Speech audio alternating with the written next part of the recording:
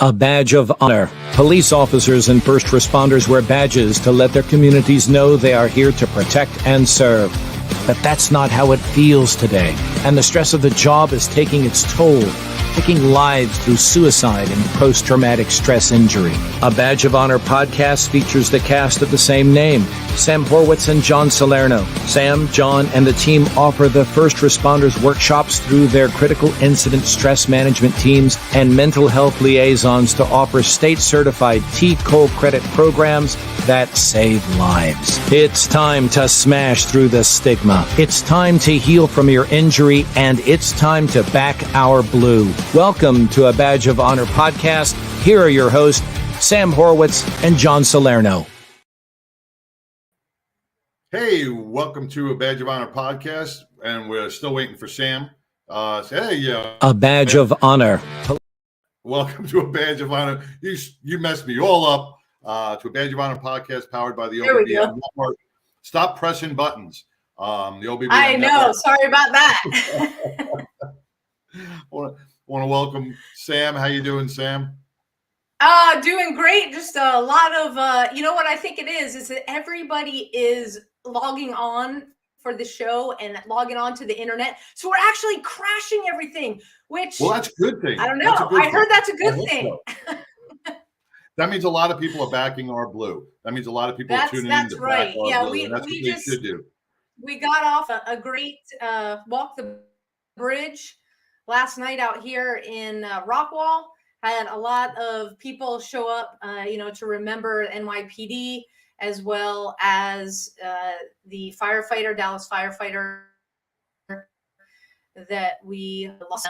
Yeah, this is a critical time, and it even, I'd say, more critical because of what you just shared, before the show. So let's just jump in, and it kind of fits perfectly with the guests that we have on tonight.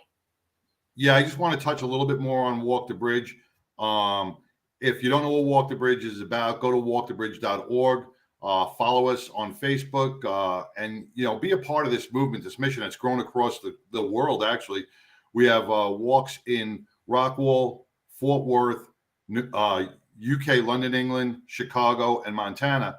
And last night, you guys had a nice big following over in Rockwall. We had over 35 members come over into Fort Worth, along with Steve Piper and his another buddy played the bagpipes and led the procession in honor of that NYPD officer's and the Dallas firefighter who lost their battles to post-traumatic stress. So it is a growing movement. Anybody can be a part of it. So join us on the third Sunday of every month. So go to www.walkthebridge.org to find out your closest walk. And now it's time for me to vent. You ready? Or are you frozen? Venting, go. Go. I'm not allowed to curse, and I can't. I really, I got to watch my words because, oh my God, the culture will cancel me out. It breaks my heart. And I was talking to the Chicago PD last night. I was talking to Steve, who is a member of Chicago, and another guy, Neil, who is visiting from Chicago. He is still he's a retired police officer from Chicago. And we were connecting. And I asked him, how many people you have in your academy right now? Because Chicago is really under the gun. They're getting over 900 retirement papers have been pushed in since this SAFE Act has hit on January 1st. So they got over 900 people retiring. So I go, well, how many people are in the academy that want to serve the public? And he goes, you're never going to believe this. He goes, less than 20, and they had to lower the standards to get those 20 in, which is a scary thing. We're going to start lowering our standards for our police academies just to start filling seats. It was at a point where you needed a college degree, you needed some college credits to become a police officer, show that responsibility. But now we are, lowering it to the point where even if you're convicted of a crime, a misdemeanor or a light felony, sure, we'll give you a badge and a gun and you can protect the streets. And that is the sad fact of where we're coming to. New York, my academy class was over 2,000 strong. Now they are lucky if they can get 80 to 100 people in New York City to get into that academy class because nobody wants a job, because they're demoting the job. They are making the police as victims all across our nation. And LA, I'm going to call out LAPD Chief Michael Moore. How ballless are you? You have no balls. You should be taken off. You should take your uniform off and go be part of the woke community, because he now has, because well, he should be removed as chief.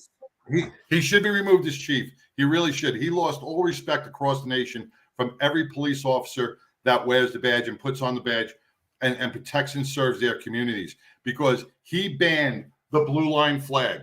He said it is not allowed to fly outside any LA precinct. He goes, oh, but you can keep it at your desk, but you can't have it. It will not fly in the lobby of the police departments. It will not fly outside. Why? Because a couple of extremists, a couple of people said it's racist. It is connected to the Proud Boys. It is an extremist flag. Are you kidding me? This woke generation has to stop. We are headed. Crime is rampant. Crime is rampant through the streets in every community, every city, every state.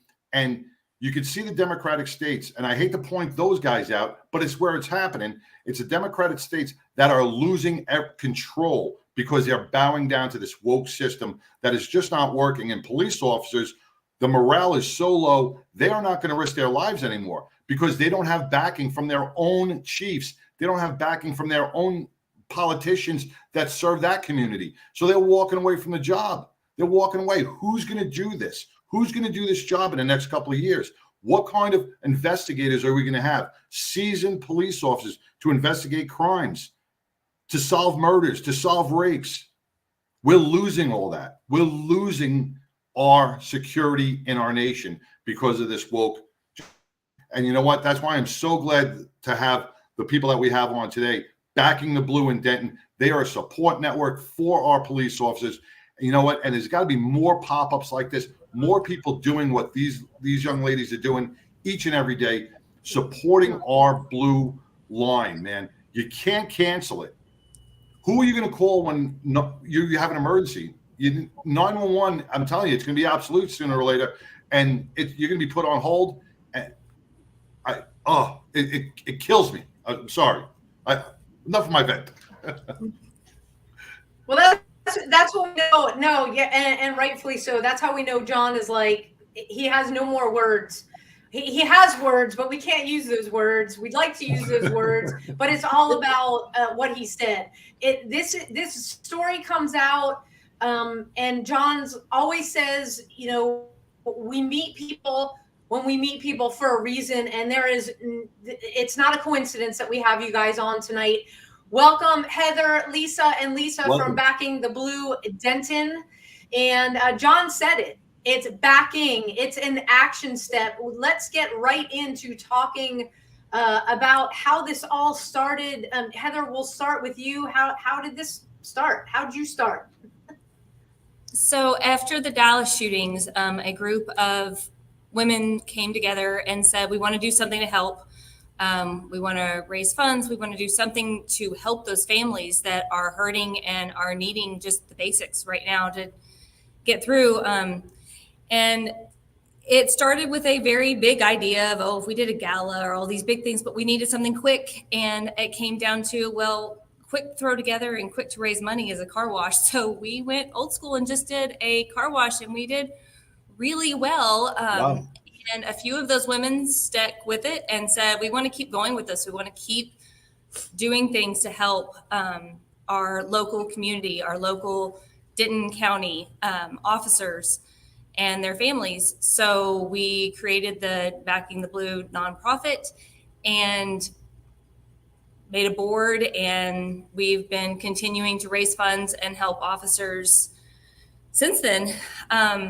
Some of what we've started in the last 5 years has been more focusing on the mental health, because as much as everyone sees when someone gets injured, but no one was really showing up but they just went through a critical incident. What can we do to help them? And what does their family need to be hearing right now?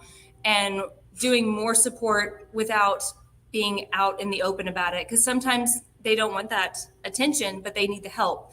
and letting them know that we can do that. We can be there, talk to your wife or your, even check in with your kids and get them the support they need, whether it's through peer support with us or through actual paying to help them go see a counselor. So, and then Lisa came in after pretty early on before even the car wash. Yeah. So I came in about a week after the initial meeting. Yeah, Lisa. Yeah. So we actually, when she said we did well with the car wash, we raised over, I think it was over $18,000. Wow. And we were able to write a check for every person who lost their life that day and every person who was injured that day. And so we were able to do that, and we wanted to continue, like she said. So we started with small things, with just supporting a family if they had a baby or if they were ill, with the overall mission being if somebody was injured or killed in the line of duty, we would be there for whatever was needed. And then we started. Lisa, I just want to for our listening audience, to raising funds is so important, and $18,000 is a significant amount, because just to let everybody know that's not a first responder, when an officer gets injured in the line of duty, okay, not every department will pay medical benefits, and sometimes when a officer loses his life, sometimes those insurance benefits aren't paid for a year or 2 years before the spouse gets those funds, but the bills still keep piling up, and they are out on workman's comp. They're not getting their salaries. So what you guys are doing is commendable. You actually saved those households by what you guys are doing. So thank you. We felt like there was something we wanted to be hands-on to do, and it wasn't. So that was the thing that we came up with. The easiest was to financially.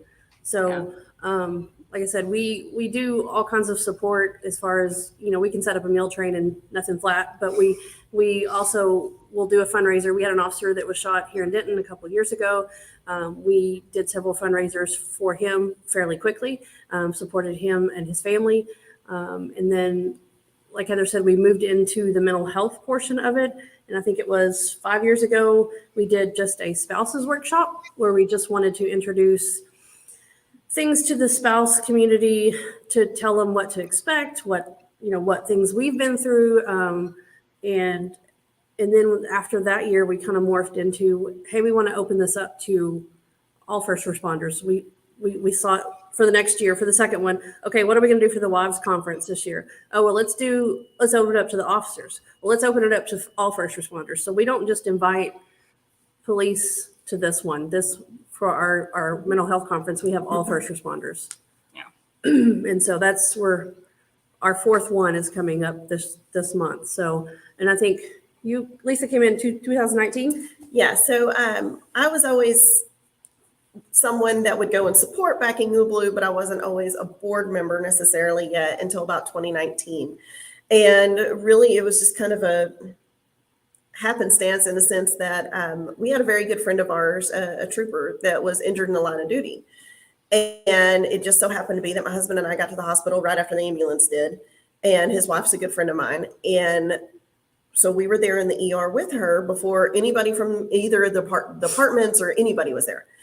And as I'm sitting there and I'm listening to her and trying to support her, I'm realizing I don't know if I could answer these same questions myself. I've been a 20-year police wife, and I feel like my husband and I know each other really well. And I'm thinking, wow, she's being pelted with questions left and right. And I'm also seeing something else in the sense that all of the focus was on him, which rightfully so. He's the guy that's injured and in the bed. But you have a spouse over in the corner who's panicking. She's beside herself. She's trying to keep her cool, but she's getting pelted with questions. She's worried about him. She's trying to answer all the nurses' questions, answering the same question multiple times because every different medical personnel came in. Then you start having superiors coming in. And so in the back of my mind, I'm thinking, this is a weak spot. This is something that needs to be addressed because, again, I don't think that I could have done it. And she did a great job. And I was over there helping her saying, hey, don't you remember? He had surgery when, he was coaching our kids in baseball and those types of things. And so while she's doing that, in the back of my mind, I'm typing the same questions into my phone. And I'm thinking there needs to be something here for this. And so I took the questions to the ladies and I said, guys, this is everything they asked. They asked what his eyeglass prescription was. They asked what vitamins and minerals that he took. They asked surgical history, prescriptions. I mean, there were so many questions that I was just appalled at how much it was, but they needed to know all of it. And so it ended up evolving to where I ended up getting involved with them just to start taking that, and then gave them the questions. And we've created medical cards that all the officers carry on them now. And I had no clue that you can even get something printed on waterproof paper. Oh, that is fantastic. Yeah. We give them as many Absolutely. departments around And that here is so as we can. key. I will say that, yeah, that we do that even for my mom. We make a little card for her to carry. So it's super important. Hey guys, if you are just checking in with us, we are with Backing the Blue-Denton. These women are incredible. We're hearing how it got started. We got to take our first break, so stay tuned. We will be right back. Not it, because we've got so much more of this amazing story to share. We'll be right back. Move freely, America, without medical restrictions or penalty. Without medical freedom legislation in place, our rights and freedoms are one vote away from being dissolved. Move freely, America, with one voice, without fear of retribution, achieving a common goal, medical freedom. We the people make our voices heard by connecting with state legislators and engaging a constitutionally compliant medical Bill of Rights for all citizens. Individually, change is improbable, but as an aggregate, attainable. It's time to act with one voice. My voice. And my voice. And my voice. And my voice. To protect our freedom, creating one voice that cannot be ignored. This requires your voice, too. Move Freely America. Go to movefreelyamerica.org to find a chapter near you. Plug in, donate, and help our legislators defend our God-given rights under the Constitution. Move Freely America. My voice. And my voice. And together with your voice, we're one voice that cannot be ignored. Donate today. MoveFreelyAmerica.org. Together with your voice, we're... Hey, welcome back to a Badge of Honor podcast with John and Sam. Kind of like it was a little stutter step on the internet transition there. Sorry about that. But we are here with Backing the Blue of Denton. Welcome, ladies. Thank you for joining us, and thank you for everything you do. We left off with talking about the questions that spouses have to go through when one of our first responders is injured. And Sam, you brought up a good point about your mom having a medical card on her. And when I was in a fire department back in the day, we had a thing called Vial for Life. And we used to put all the medical records in a medicine cup and put it in the refrigerator. And paramedics, if an elderly person had fallen out, they can go right to the freezer, pick it up, get their medical information. It was right there. So this is a wonderful start for our law enforcement, almost like a Vial for Life for first responders. And I think that's great because as a spouse, the traumatic aspect of going to an emergency room and getting hit by all different angles could really be overwhelming. It's severe anxiety. And depending on your resiliency, you can end up having an anxiety attack and ended up in the bed right next to them because of the pressure and the stress. So that is a wonderful idea that you guys came out with. Well, my other concern with that was when it was my husband, they were still asking him the questions, thinking he was fine, and he ended up having a traumatic brain injury. So he wasn't really answering the questions correctly, come to find out. So the questions they didn't have all the information. So that wasn't helpful either. So when I made the cards, I also checked them with a couple ER nurses that I was friends with. But we also put on there the people to contact, because I know that they were just going to have my husband's sergeant just show up at my door late at night without warning me. And that wouldn't have gone over very well. Right. Officer lives it would have gone over very well with. So that kind of information of who shows up at the door and who do you not send to go get the wife and that kind of thing. So we have that information on our cards too. And we ended up getting a Google number. So it just goes to all of us. So if they want to text it or they can call it, any of us can get the number, can get the answer the phone and go. Or handle the situation if they just want to text us, that kind of thing. So Well, and one thing that we noticed that came out of this, again, you want to rise from tragedy. You want to see where the weaknesses, where the needs are. And that was something that we said from a lot of this was, hey, we don't want to find out 24, 48 hours after something's happened. We want to be on call too. I know that's kind of an extreme idea. We pitched it to the chief that was here at the time. And I said, have you ever heard of anything like this? And he said, no, but let's be the first. And I'm like, all right, nice. And so a lot of times we would hear something again, whenever the call and note came out and our husbands shared the email, hey, so-and-so went down last night. Well, instead, we wanted to be there to be able to walk the spouse through and say, hey, this is what you're going to need to do. This is how you need to start shutting down your social media. This is what's going to happen next. This is what's going to happen with the media.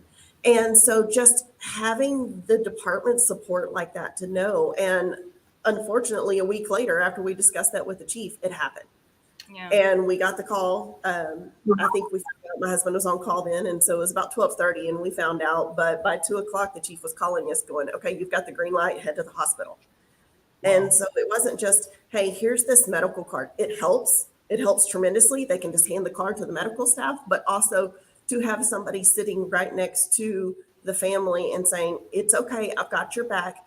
This is what we need to start thinking of, because you're not going to think of everything when you're in the middle of it. You guys are like the defense team in a football game. You guys are just running blocks, throwing blocks where there needs to be. Yeah, which is amazing because you brought up some good points. Shutting down your social media. God forbid something happens and it's tragic. You can have the news media roll over. You may have them on your front lawn or your neighbor's front lawn.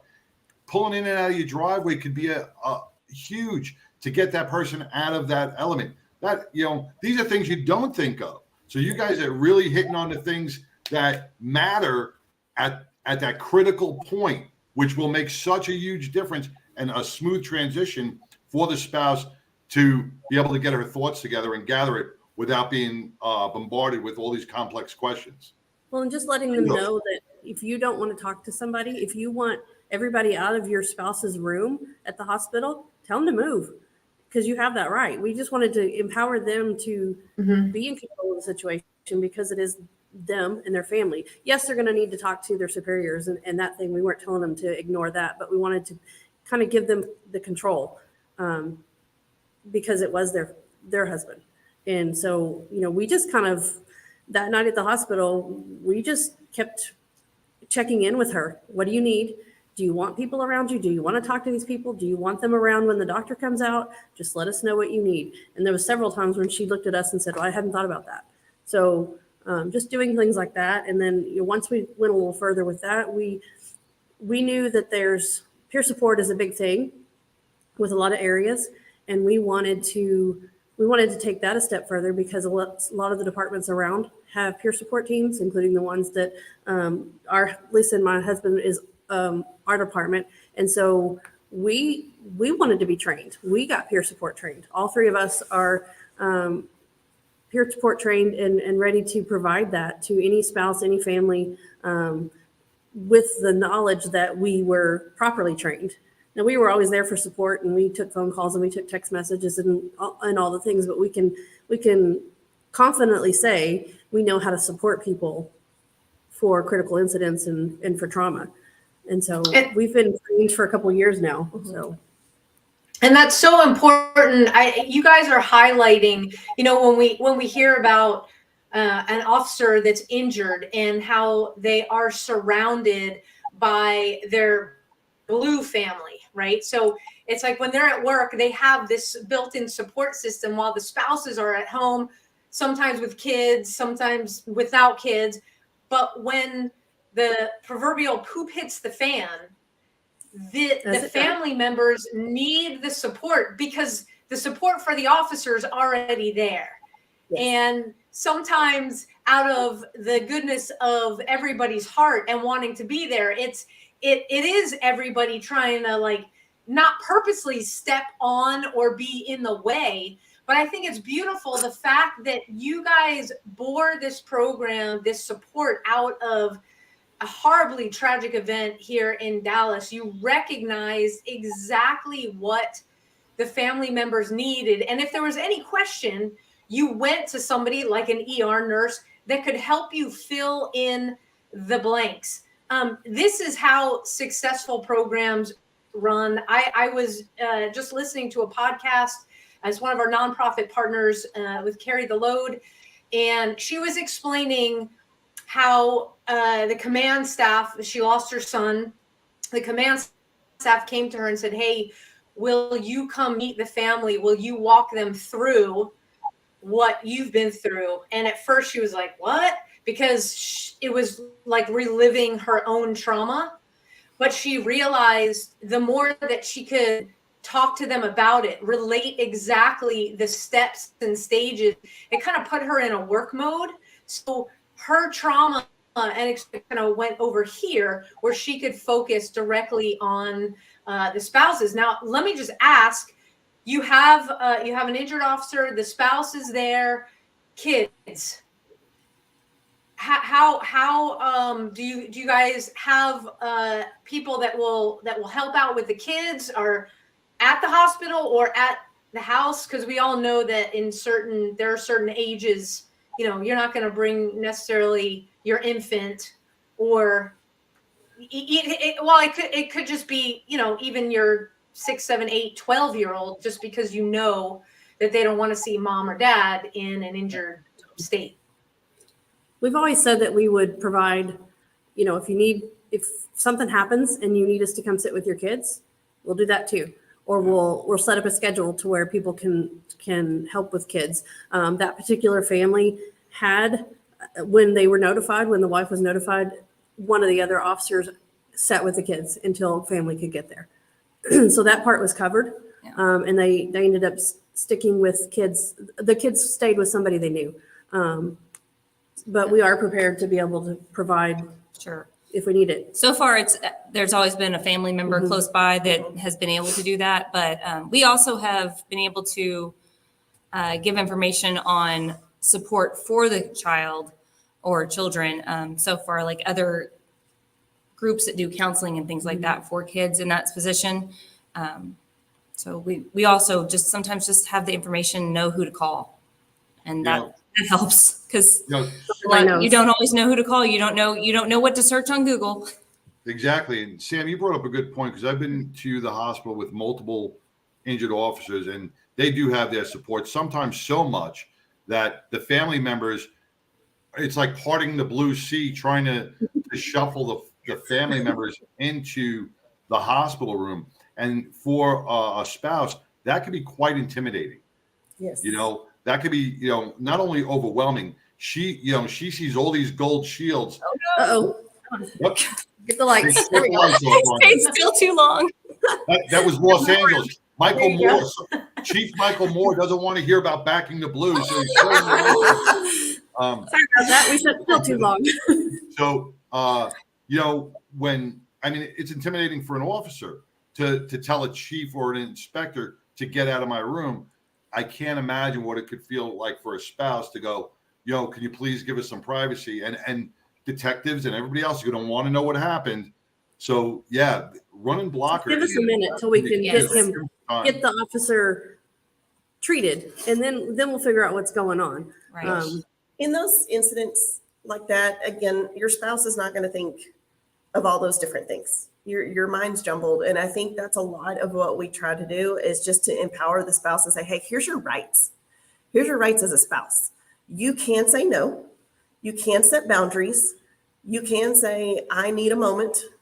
And it is completely within your rights. You don't have to. And again, everybody's intention is good. They want to be there. They want to support. But it's okay to say, hey, I just need a second. Or can we have a private moment? Or can we put limitations on things?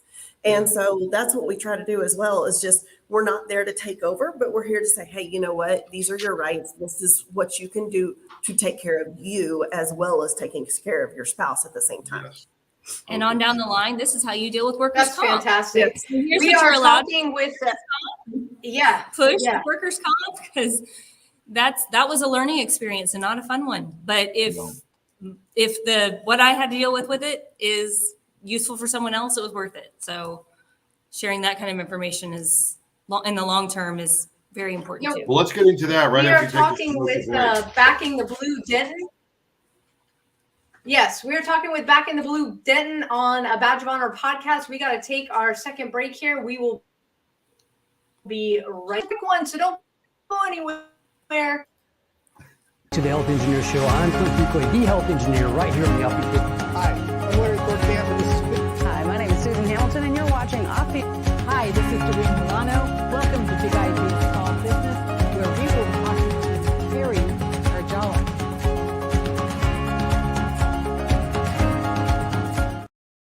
Hey, welcome back. I didn't even get a chance to even read anything. Back to Badge of Honor podcast with John and Sam. We have Backing the Blue out of Denton, Texas, sharing some amazing information with us that so many people should, if you missed the beginning, replay this because it's valuable information. We were talking about what goes through a spouse's mind when their other spouses hurt. And you brought up workman's compensation. And I was ready to, if I had a hammer close, I'd be banging my head because it's a lot easier to hit my head self with a hammer than deal with those people at workman's compensation. And it could be, and that could triple the stress on somebody. Yep. What are some of the hurdles that you went through with workman's compensation? Well, so as I mentioned earlier, my husband had a traumatic brain injury. At first, they just wanted to write it off as a short concussion, no big deal. And I had to really push he did not know where he was that morning. He's not talking, like he can get little words together, but he knows who I am. But we've also known each other since the 7th grade. So sometimes he kind of forgets that we're married at this point. He would forget That's just the male mind. That's the male mind. He would forget that I was done with school, things like that. He was having a lot of trouble remembering things, and I had to do a lot of, this is more than just a little concussion. And I had to do research finding out traumatic brain injuries because I was a classroom teacher at that time. So I didn't have all my special ed stuff that I do now. But I had to really push for, he needs more. Just having him, because the first doctor just said concussion. And then finally I pushed and they're like, okay, well, we'll send you to a specialist and find out how bad it is. So they sent us to the specialist and found out how bad it was about, 3 months later. And that's when they finally was like, oh, well, yeah, maybe it is a traumatic brain injury. How about he play video games and that'll work with his spatial recognition? I'm like, video games? Are you serious? But okay. So we tried that, but it took it was about 6 months until he was really talking. He was finally with it enough to know where he was, but he still shouldn't have been driving. I was still hiding the keys when I left for work. I was still calling him and reminding him to eat, things like that. But it was a lot of, no, I'm still having all these symptoms. I'm still seeing this. I'm still seeing this. This is not okay. This is not where he was. This is not his norm. Of course, something you see a lot with traumatic brain injury is he was angry, on top of what ended up being PTSD as well. And again, that was me having to push of, no, this isn't enough. This is not what his personality is normally like. This is not he's normally funny. He's normally very loving. He's not angry. So pushing back of, this is not my husband yet. You got to do more.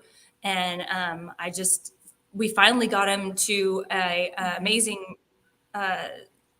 therapy that they came and picked him up every day and drove him it was somewhere like Irving, and worked with him on rebuilding his memory and rebuilding his speech and his motor.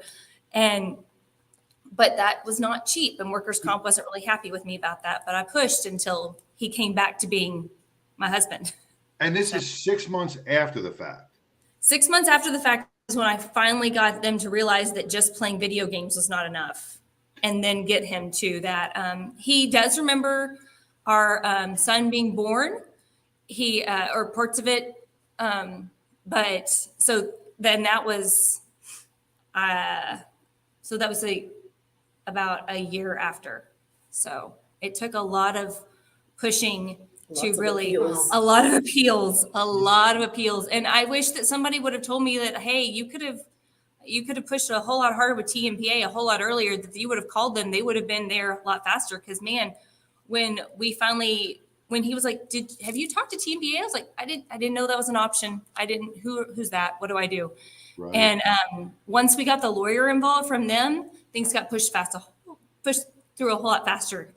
So that was also helpful. See, this breaks my heart because the officer that just took his life in New York, he was going to the medical doctors of the NYPD, and he was denied again for a certain injury, and it was trying to put him back to work. And I guess, the frustration factor was too much. I don't know how many times he was denied in the past, but workman's compensation, these people do not know. And like you said, if you don't know the questions to ask or the organizations to reach out to, you're stuck fighting that phone call wall each and every day. And for 6 months to not be able to speak or that to me, that is gross negligence on the department's part and on everybody's part that treated your husband. That's so sad. I feel so bad that you went through that. He's better now. He's all good. He's good. And with a different department. Yeah. That's great. That's really great to hear, because you throw TBI on top of that, and we've heard stories longer to get back. Talk about status check and what you guys have put together and what's coming up at the end of this month, because that mental health, we realize, having a physical injury is one thing, because everybody sees it, everybody understands. Even a TBI is invisible. Your husband's case was probably understood at some levels. But when you're dealing with that invisible post-traumatic stress due to the trauma, it's a whole different ballgame. So first, from John and I, we want to thank you for taking this on, for doing another conference and I hope it goes on forever and ever and ever, because I think right now we're at a precipice with the mental health in this country as it pertains to law enforcement and first responders, because everybody at the federal level and everybody at the state level wants to get that recognition to say, oh, look at the laws we passed. When in reality, we already know that it takes organizations like you to actually get the folks the care they need. It's not these because you're jumping through hoops with the legislation. And so I got on my soapbox for a second, because the politics around this, it's not about saying, hey, I was the one that got this law passed. Okay, we've been operating at grassroots for a long time. We know it's organizations like Backing the Blue-Denton that have really taken this on. And Lisa, when we connected, I think you said you had 175 participants, and that's first responders and their family members. Last year, I would imagine this year is going to be even bigger. Tell us about Status Check. So when we started this conference 5 years ago, it was the first one we did was just for wives, and just to kind of show them what to expect as a spouse of a law enforcement. And then we wanted to get into the mental health. So this is our fourth one, and we try really hard to get culturally competent speakers who not just are counselors or not just speakers, but they've been there, they've been through the trenches with people, and they know how to support first responders. And they know how to support first responders' families. And so we usually have 3 to 4 speakers throughout the day, and we try to we understand that there's lots of different conferences out there, and we get that. We're not trying to get everybody. We just want to reach as many as we can and provide it at a low cost so that we can have as many people. And we want to make sure that the spouses are welcome and feel like they can come and hear what their first responders are going through and what to look for. Yeah. So we have. That's fantastic. So we have so you serve beyond Denton for this then, particular for this conference, thing, right? For this particular thing, I invite. We send emails to anybody I can find an email for, any department, any fire department, police department, EMS. We put it on social media. We have our husbands put it on their Facebook groups. We're calling, we're emailing as many people as we can reach. Just however we can reach them. We try to meet people where they are. And so we've sent out hundreds of emails. So we're hoping for a few more. We still have room for people. This year we're providing breakfast, lunch, snacks, all the materials you need, all the speakers. We have vendor tables of different providers and different entities that are going to be there that you can talk to during breaks and at lunch. And we will be there to provide whatever you need. If you need phone numbers for providers, we'll give you those. If you need just somebody to talk to, we can do that too. And we're not seeing now. a Do you difference. have a portion? Sorry, do you have a portion of either the what you're bringing in from the conference or from different fundraisers that you're doing? There's a lot of qualified first responder practitioners, because it's definitely about being culturally competent. And there's a lot of programs that will give first responders, free care, at least some sessions. Do you guys help to pick up, cost and help out a first responder if they are really in need? We have done that. Yeah, We yes. have, because there are some departments around here where they're small and people talk and, there's a stigma attached with mental health. And so we have put it out there that if you want to go to a counselor, we can refer you. Number one, we can refer you. And number two, if you want us to pay for it so that there's not insurance trails, we can do that too. We have some counselors that have offered some discounts. Basically, whatever they need, we're going to find it for them. And we're always adding providers to our list. And we have a resource page on our website, and we've put things out there for people. That way, if they don't want to talk to us and they just want to go look and find something on their own, that they can find it. We get that. We also have had a few that that's awesome. I want to go talk to someone, but my wife wants to come too, or my significant other wants to come too. And we've found counselors that are willing to do that. Like even if the other one's not talking, just to be there to support, we found counselors that are willing to have that happen. Because if that's what you need, do it. Well, that's a big party. That's outstanding. We're gonna take our last quick break. We're gonna come back and talk about all the resources on your website, because it's an awesome website.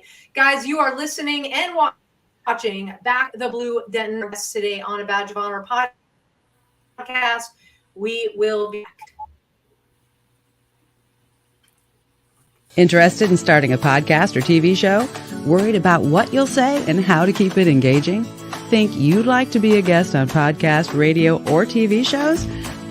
Hi, I'm Susan Hamilton, owner and founder of OBBM Network, and I would like to invite you to an OBBM media training to get the tools you need for a relaxed and polished performance we'll be proud to share. Our specialized training techniques include role play, voice training, and everything you need to deliver a confident, clear, and engaging interaction. Go to offbeatbusiness.com.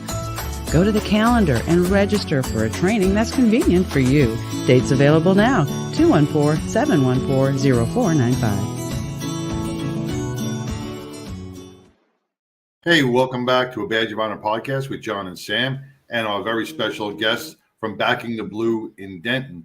Man, so far, and I know this hour has gone so quick, we've divulged into so much information, valuable information, that anybody who lives with or is around a first responder should have knowledge of. And you guys are providing such great information to people that are unaware and or may be intimidated or may just not know what to do. And you guys are really paving that road. And to tell you the truth, I don't see any other organization who has done what you have done. This is valuable information that you guys are getting across. That means so much to families across the nation, and I hope others pick up where you started. Thank you. Yeah, so you can find all this information on backingthebluedenton.com. Okay, so when you land on that page, you will see a menu across the top. I definitely understand that family members may be overwhelmed. So maybe if you have a situation where a direct spouse is overwhelmed, if you're a friend, or like John said, it's a neighbor, you know somebody that is struggling, go on to the website, backingtheblue-denton.com, and take a look at everything that you can tap into and send it along. Because you guys have done over the years since you started the homework, you've added more and more resources. I wanted to ask, that card that you guys have for the officers, for the spouses, can they find that on the website? It's not on the website, the exact card, but our email's on there, and you've sent it to other departments. Yes. And we'll take our identifying information off of it. We're not looking for credit, but No, I just want it used. We had some departments last year that were for a distance that wouldn't make sense to have our information on there. So I just sent them the template that they could edit and take off our information, and even sent some instructions on how to best print it, because that's a doozy of trying to get it printed correctly. And as even the little plastic thing that we put it in, and sent them all that information of, please use it however you need. If you have any more questions, reach out. I'm happy to. So, and one thing that we've done before too is not only do we spread this for the officers, but we also make it a point to have the departments communicate with their fire or their EMS to say, hey guys, this is the pocket it's going to be in. Look in this pocket on their chest, or look behind their vest. And that way, if that person is unconscious or their spouse isn't there yet, their neighboring agency knows where to find this vital information.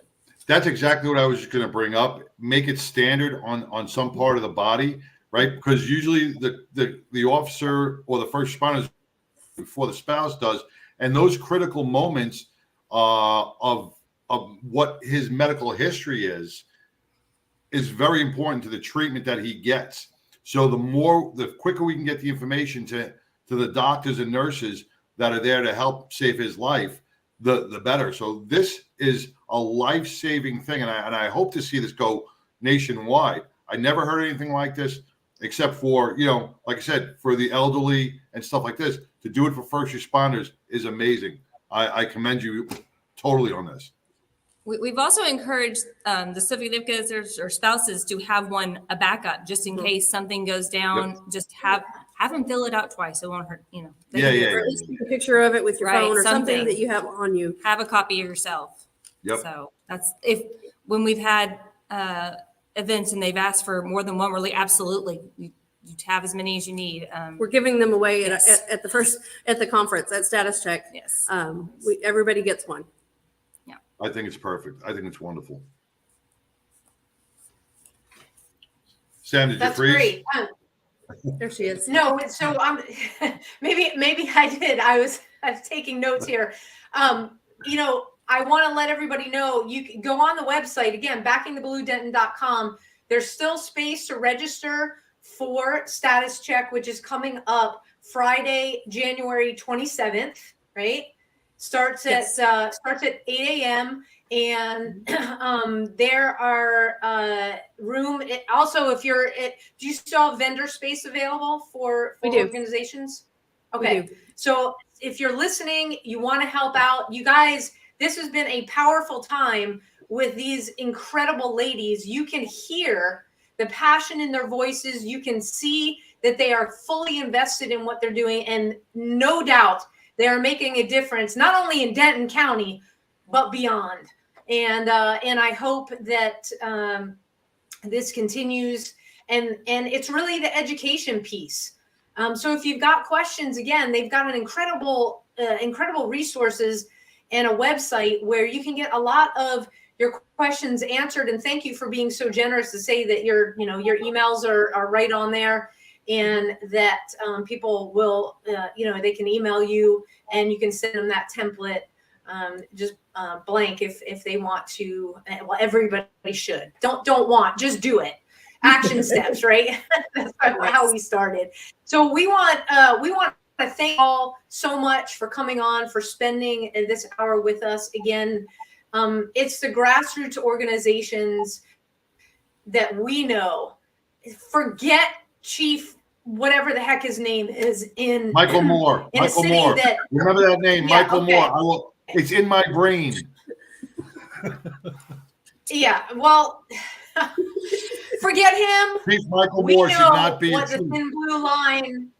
We know what the thin blue line stands for. Fly your flags proudly. Back the blue proudly. And again, go on to backingthebluedenton.com. Buy something if you want to support. Donate. Let's keep fighting the good fight when it comes to smashing the stigma. Let's take care of our officers, because if there's any time I think in history, I'm saying it, in the history of what we're going through, our officers, our first responders need help right now, and they need our support. So thank you so much, ladies. We'll be seeing you, on the 27th, and thank you for letting us be a part of it. Thanks for Take having care. us. Thank you so much. Take Bye-bye. care. Thank you. Bye. Good night. Wow. Man. Okay. Just What a incredible. Yeah. And again, I can't say it enough. You have to visit their website, because if you're listening to this on your podcast app, it's backingthebluedenton.com, backingthebluedenton.com. On there, check it out. Support. Hey, everybody is in that support category, right? So you want to know how to support the podcast here, directly make an impact for your first responders. Couple of ways you could, if you're watching this on YouTube, just hit the subscribe button. You could jump on to the website here, badgeofhonor.com. Hit the donate button. You can even subscribe right from our website. Everything that you donate, okay? Yes, we've got a tad bit of overhead that we have to take care of, like, doing stuff for this podcast, so we can bring you the amazing guests like we just had with Backing the Blue, because it's all about putting out information and connecting people to organizations that truly make a difference for our first responders and our veterans. Hey, set up Amazon Smile. I have to continue to thank one of our huge supporters, Judy Lamp out there. She reminded me, Amazon Smile, Sam, Amazon Smile, AmazonSmile.com, designated badge of honor.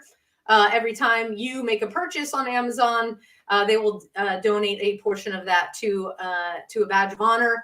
We've also got our first major fundraiser on March 10th. That's a community golf outing where, again, your participation directly goes to affect the life of a veteran and first responder, because we're in this together.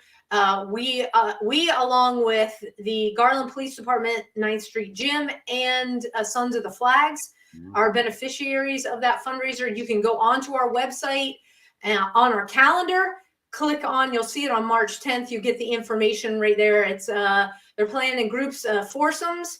If you play golf, great, go. You can verbally reserve. If you don't play golf, come out and volunteer. Volunteer is what makes the wheel keep spinning and helps everybody out. Again, it's all there, in addition to all of our walkthebridge.org information. And we've got the information about status check on January 27th, and it's up in Denton. And you can click on the link there, get the information. But folks, come on, go on to their website, backingthebluedenton.com, register for the event. If you are a first responder, a first responder spouse, a grandmother, a cousin, you want to know this information, okay? So go ahead and register there. And to all of our first responders out there, we thank you for what you do every single day, putting your life on the line, protecting our communities. Ignore the idiots that reside in LA and the LAPD Go, if you want to stay a cop, come to Texas, go to Florida, go to somewhere where you are valued and your service is valued. Open arms. We welcome you because there's a lot of departments hiring. So get the heck out of a place where you're not supported. Come where you are, because we love you and we got your back. To all of our veterans out there, thank you for what you did, fighting the good fight so that we can be here every single week to talk about the tough stuff and not get canceled. It's all about freedom, folks. And then to all of our active members who are currently serving, thank you for keeping us, our shores safe, our country safe. We can't do it without you. John, take us home. The only way to take us home today is in a spirit of backing the Blue out of Denton and a badge of honor. I want to dedicate this show to NYPD officer Stephen Hernandez and Dallas firefighter John Salix. I hope I said that right, Salix, who both lost a battle to post-traumatic stress. And this show is dedicated to you, your families. You'll always be in our prayers. We will always say your name and we will always remember you. And until next week, God bless everybody. Yeah, sorry, I'd be remiss because, we've got this new right here above me. Thank you, Carry the Load.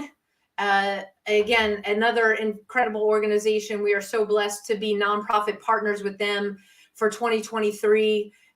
Thank you so much. Again, making direct impacts on the lives of our veterans and first responders. Stay tuned for how you can get involved with us and this phenomenal organization. You got it. Till next week, everybody. This is John and Sam from A Badge of Honor podcast powered by the OBBM network. Take care. Take care.